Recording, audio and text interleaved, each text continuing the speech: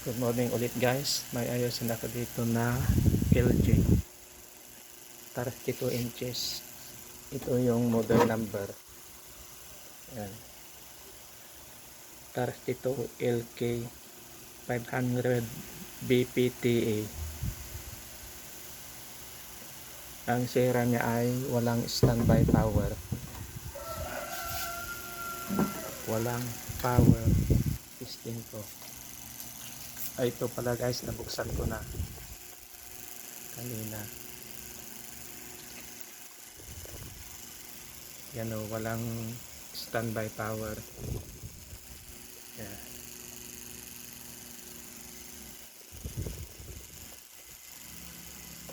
Ayaw mag power. Yan, nakasaksak na. Ulitin ko ulit. Yan, wala.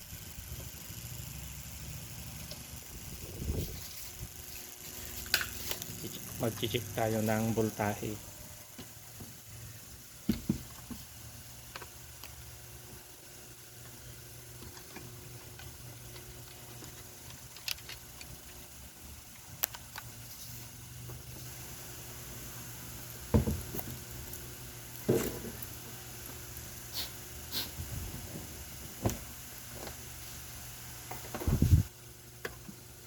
Ito yung loob. Yan. Yan yung mainboard. Nandito na yung taper niya. Naihalo na dito sa may top board. Check tayo ng voltahe ngayon.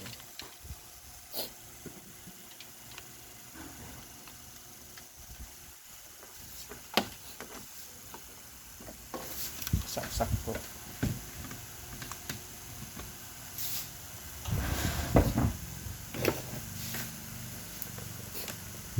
Set natin sa 1,000. Checkin natin yung filter capacitor. Naka-set sa 1,000. Check natin. Yan. 313. 312. Set naman natin sa 200 volts. Check natin yung diode dito. Ito diode 38.6. Yung diode naman na papunta sa may backlight 38.6. diode dito 12. Yung coil dito 5.3. yan. Ito yung output nya 5.1. Itong IC ayan 3.3. yung IC naman dito 1.5. ito IC 3.2. tapos yung coil dito 1.1. ito yung papunta sa may remote dito sa may IR. I-check natin kung may pumapasok. 3.3 meron din.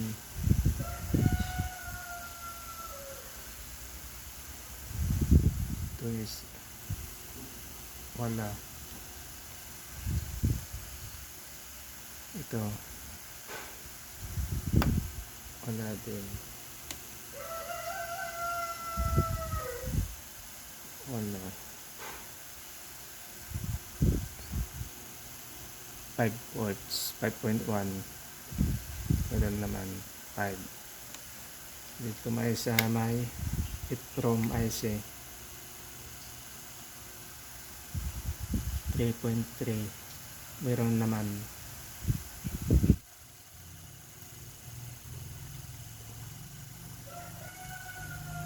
meron din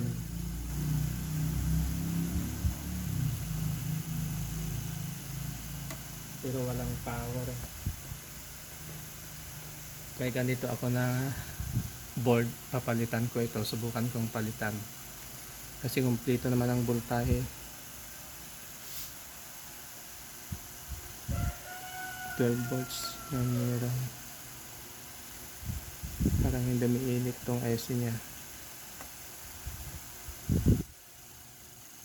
Meron naman, tanggalin ko muna. Tapos isaksak ulit.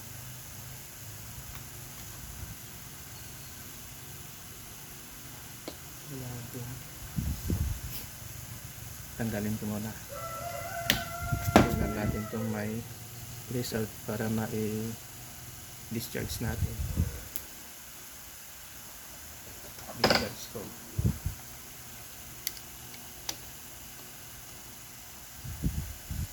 Yan. Tanggalin natin itong board. Palitan natin. Dahil may ganito ako na stock. Subukan natin palitan. Ito yan, no. Ayan. Mapalitan natin yan na buo.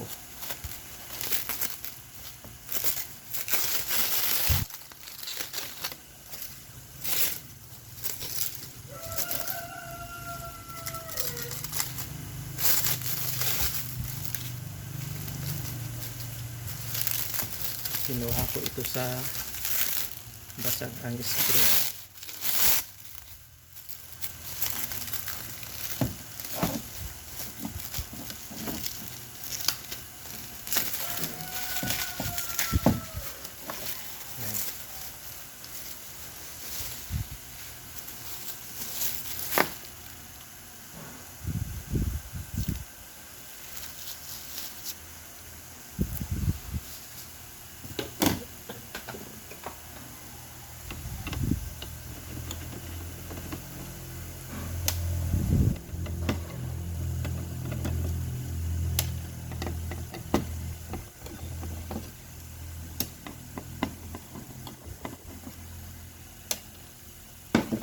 Ang dami lang i-disassemble kasi ito lang mga kanyan. Bali, kukunti lang.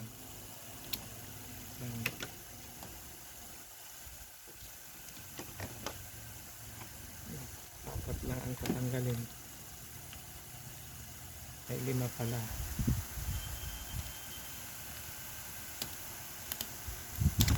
Yan, natanggal na. Palitan natin ngayon. Tapos mag-check tayo ng voltahe na naka-standby.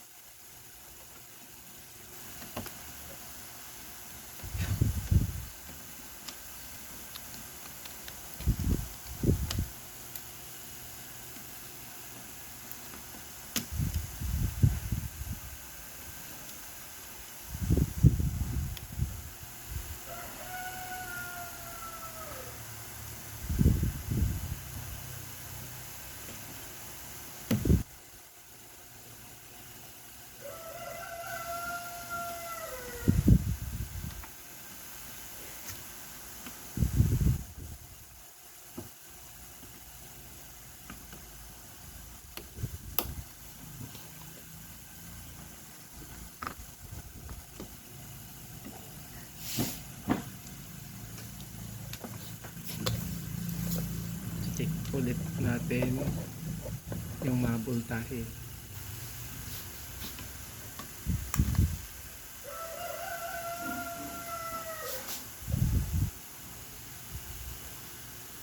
Yun guys, na sumindi na. Silipin natin. Silip ko muna bago tayo mag-check ng voltahe. Yan o. Kapawad na. Patayin ko muna. Check natin na naka-standby. Yan, may ilaw na. Yan o. May ilaw na.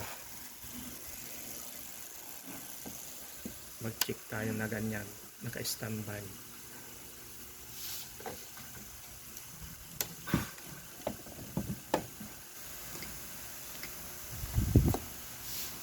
ito check ko 35.4, 35.2, 11.9,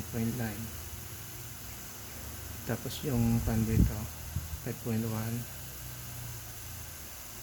5.1, 1.1, 3.2. Ito ang wala pag naka-standby. Kanina yung isa meron dito, meron na nasusukat agad, pati ito meron kanina may nasusukat agad dito. Itong dalawa ngayon wala pag naka-standby. Yan o, wala kang masukat. Yan, wala din. Yung dito naman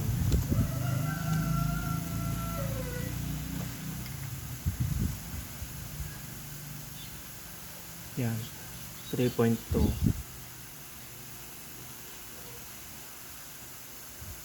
o dito 5.1, 5, tama naman. Tsaka yung EEPROM meron.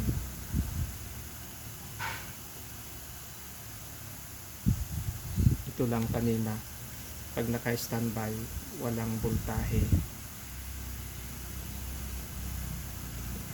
Sisindi natin ngayon na nakatutok itong spread natin, tapos i-power switch on ko. Yan, power switch on ko. Yan 3.2. dito nagkaroon na rin. Yan 1.5. yan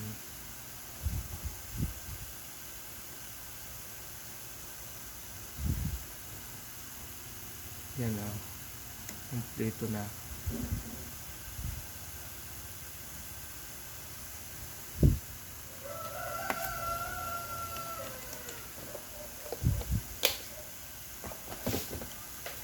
Malamang ang sira nito itong MCU nya ito, kaya may voltahe na agad dito sa may IC dito.